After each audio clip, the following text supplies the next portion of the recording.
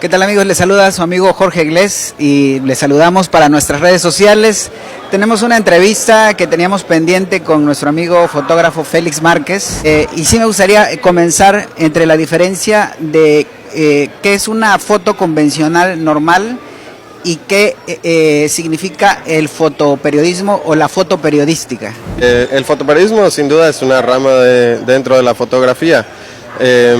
Lo que yo pienso que la hace diferente es la información que contiene cada fotografía. No es lo mismo tener una foto muy bien tomada de un paisaje, tal vez que es cotidiano, a una foto de un evento, de un acto que conlleva una información de por medio, generalmente una noticia, ¿no?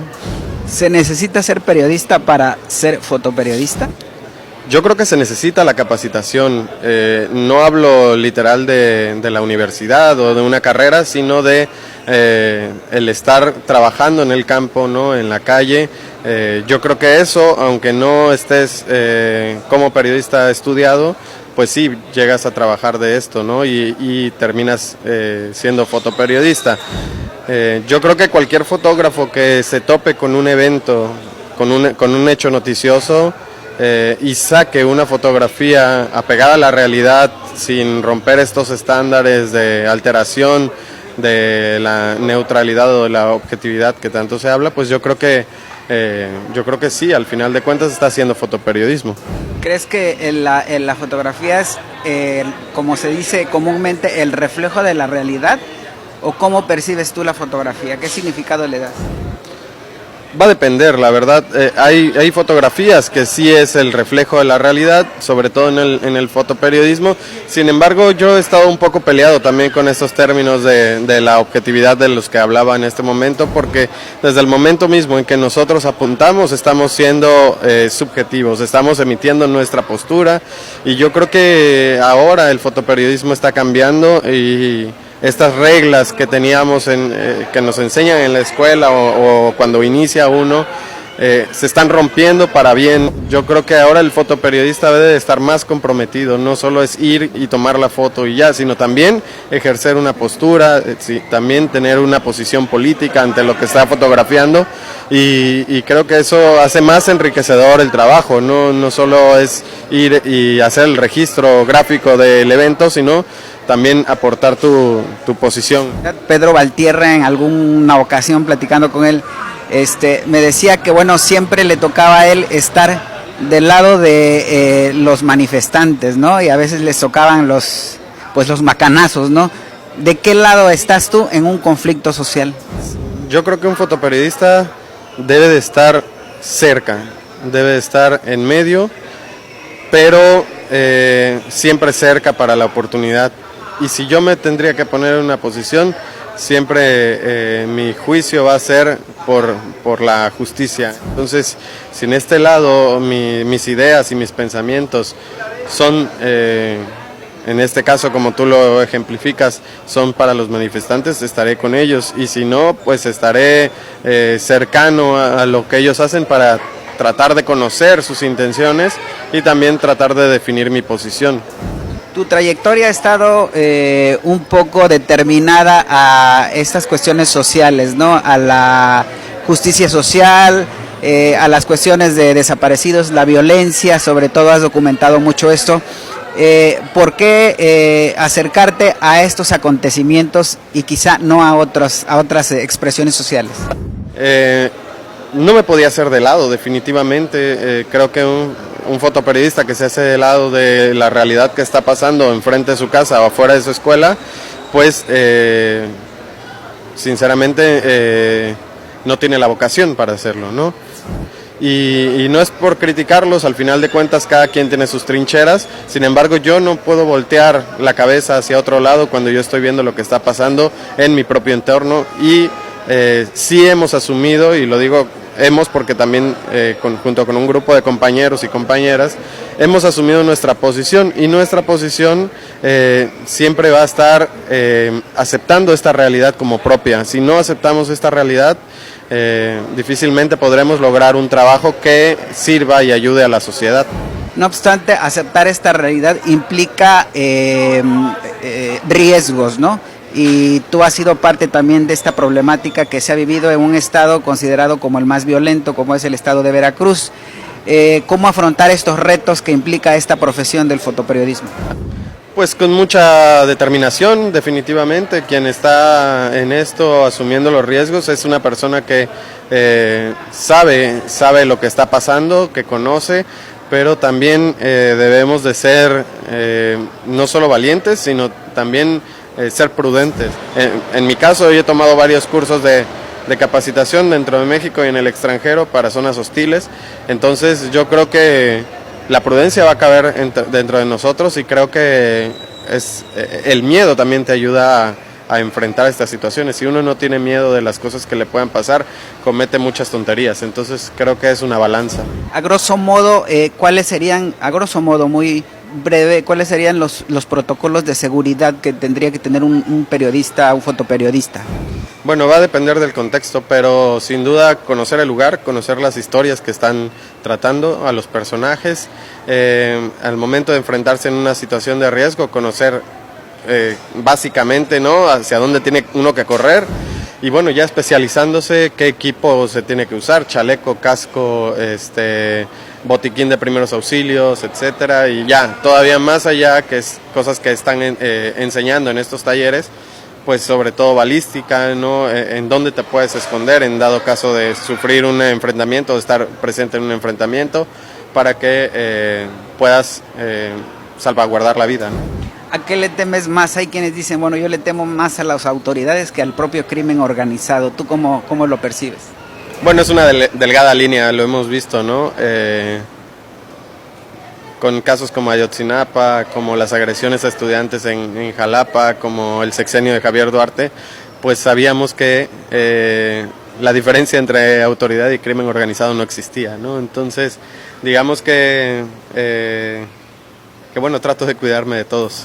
Se está a veces expuesto al descrédito. Recordamos cuando tú documentas estos grupos que se están levantando en zonas marginadas y que bueno, de repente las autoridades pues contradicen la imagen, ¿no? La imagen fija. ¿Cómo enfrentar estos retos? Yo creo que siendo un fotoperiodista responsable, ¿no? Tratar de tener todo en orden, tus archivos tenerlos en orden. Por ejemplo, en este caso en particular, cuando desacreditaron mis fotografías de grupos de autodefensa, lo que me salvó de cierta manera es que mi cámara estaba programada con fecha, hora, lugar, que va de default. Entonces, yo creo que siendo un fotoperiodista responsable, ¿no? Tratar de tener todo en orden, tus archivos tenerlos en orden. Por ejemplo, en este caso en particular, cuando desacreditaron mis fotografías de grupos de autodefensa, lo que me salvó de cierta manera es que mi cámara estaba programada con fecha, hora, lugar, que va de default. Entonces tú abres el archivo en un programa, en un software, y te arroja todos estos IPTC que se llaman, que son los datos de cuándo y dónde se hizo la fotografía. Y en ese momento que dijeron que esas fotografías no eran de su tiempo, pues con estos datos de la cámara pude comprobar que sí lo eran. Bueno, también capacitarte en estas cuestiones tecnológicas. Oye, si bien un hecho violento es imprevisto, no sabemos qué va a suceder, ¿cómo enfrentar esto cuando estás ante, por ejemplo, una balacera, un acto violento? ¿Cómo te preparas tú? Porque no sabemos qué va a suceder, ¿no? Bueno, yo creo que te preparas antes, ¿no? La prevención totalmente. Estos talleres, hay talleres que son gratuitos, ¿no? Talleres para fotógrafos. Yair Ceballos acaba de tomar uno en Guatemala. Yo tomé uno en Colombia que no me costó nada. A Yair tampoco le costó. Victoria tomó uno también aquí en México que no le costó nada. Entonces son talleres a los que un fotoperiodista puede acceder, ¿no? Y si nosotros conocemos de estos temas y ponemos la suficiente atención y participamos dentro de estos talleres, pues digamos que esta prevención la podemos llevar a cabo en cualquier momento, ¿no? Yo trato también de ver hacia dónde voy, ¿no? Si es un enfrentamiento, si es una protesta, pues sí trato de ir con mi equipo. Muchas veces mis compañeros se ríen, ¿no? Cuando traigo, por ejemplo, un casco, me dicen, no, ¿para qué? Si no va a pasar nada. Y Veracruz es una ciudad muy tranquila, donde las manifestaciones realmente no son tan grandes. ¿Hasta dónde es tu límite? ¿Hasta dónde te arriesgas? Yo creo que mi límite es, lo siento, no hay como una fórmula, ¿no? Yo creo que voy sintiendo el límite, pero esto no solo es por intuición, sino también por conocimiento de la zona. Pero también hay una cierta, digamos, adrenalina o emoción en el momento en que estás haciendo la cobertura, ¿no? Nos pasa a los reporteros, y imagino que a los fotógrafos también. Claro, sí, la adrenalina te juega muchas veces en contra, sobre todo cuando no estás concentrado en el trabajo que estás haciendo.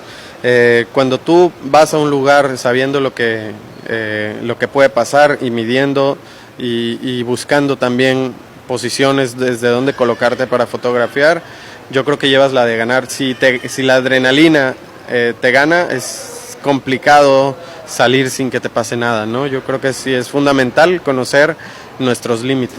¿Qué tan importante es la cercanía con, digamos, con víctimas o con personajes que han pasado por hechos violentos?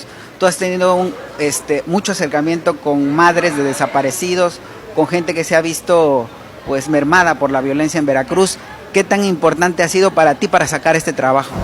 Sí, yo creo que la importancia se la da a cada persona que fotografía. Para mí son muy importantes porque, como lo digo de nuevo, esta realidad me parece cercana, ¿no? Porque conozco gente, porque dentro del gremio también hay personas desaparecidas o hay personas asesinadas, amigos míos, ¿no? Entonces, lo que yo pienso es que debemos de enfocarnos también en ellas, ¿no? Y en ellos, porque están haciendo una lucha que es encontrar a sus hijos, y creo que nosotros podemos funcionar para que de cierta manera haya más difusión de sus historias y de sus casos, y en dado momento pues que ellas lo lleguen a encontrar. Más allá de un trabajo o de una situación profesional, me he relacionado personalmente con ellas, con una amistad incluso. Entonces yo siempre digo que el mejor pago para estas situaciones que nosotros nos toca enfrentar, tanto de riesgos físicos como emocionales, pues es el convivir con estas personas y saber que pese a todo lo que han vivido, ellos te dan la confianza de estar en su casa, de estar contando sus historias y de abrir su corazón también para nosotros. Finalmente, ¿algún recuerdo importante que tengas en esta experiencia de cubrir pues acontecimientos violentos? ¿Alguna experiencia que recuerdes? Bueno, hay muchísimas. Siempre lo digo, cada fotografía que yo hago tiene una historia, cada fotografía de violencia o de desapariciones tiene a un papá que ya no está con sus hijos, tiene a una mamá que está llorando por ellos, tiene una historia, tiene sentimientos. Pero bueno, si yo en lo personal, cosas que me hayan afectado más allá de lo profesional, pues creo que el asesinato de Rubén Espinosa, que pues era más que mi colega, era mi amigo, ¿no? Él huyó a Ciudad de México y fue asesinado en la época de Javier Duarte de Ochoa. El tiempo que tienes ya en la fotografía, yo te recuerdo haciendo periodismo. Es raro, yo empecé haciendo fotografía, después ingreso a una estación de radio en Veracruz, pero no dejo de todo la fotografía y ya ahora continúo con la fotografía, ¿no? Llevo cerca de 13 años trabajando como fotoperiodista para varios medios. Bueno, ahora soy freelance, trabajo con medios en el extranjero, no trabajo con ningún medio en México, pues por muchas cosas, por la paga, por las situaciones de riesgo también y las condiciones laborales sobre todo, y trabajo de manera permanente con la agencia AP de noticias, pero también trabajo para un periódico holandés que se llama Volkskrant, trabajo para un periódico canadiense que se llama The Globe and Mail, organizaciones no gubernamentales como Greenpeace, etcétera. Bueno, pues te agradezco, Félix, que nos hayas aceptado esta entrevista. Yo me despido, mi nombre es Jorge Iglesias y nos vemos muy pronto.